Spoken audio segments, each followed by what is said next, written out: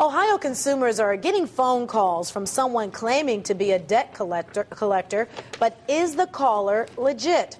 On Your Side consumer reporter Jen Strathman is in our newsroom tonight with more on this story. Jen? Well, if you are told to pay up or you'd be sued in court, would you pay? It's a threat that caught some Northeast Ohio consumers off guard because of the personal information these alleged debt collectors knew.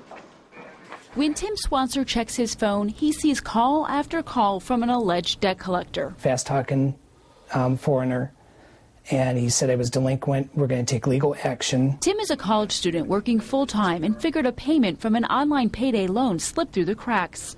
He had no reason to doubt the debt collector, so he paid it off. He knew who it was from. He knew how much.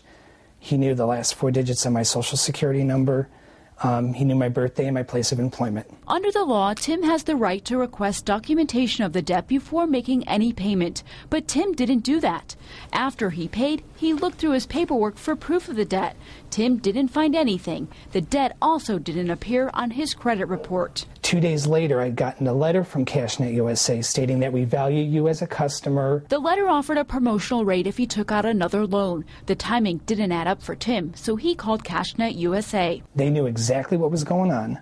They knew there were fraudulent phone calls. CashNet USA warns consumers about these phony calls on its website and says the calls are not being made by anyone affiliated with the company. Customers for several payday loan companies are affected by these calls. Tim just wonders why he never got a letter warning him about the problem. I'm afraid somebody might have my information. Tim is very lucky his bank refunded the debit card payment. Go to newsnet5.com for questions you need to ask before you pay a debt collector. We also have a list of names being used by these phony collectors. We called the parent company of CashNet USA multiple times for comments, but our calls were not returned. On Your Side, Jen Strathman, News Channel 5.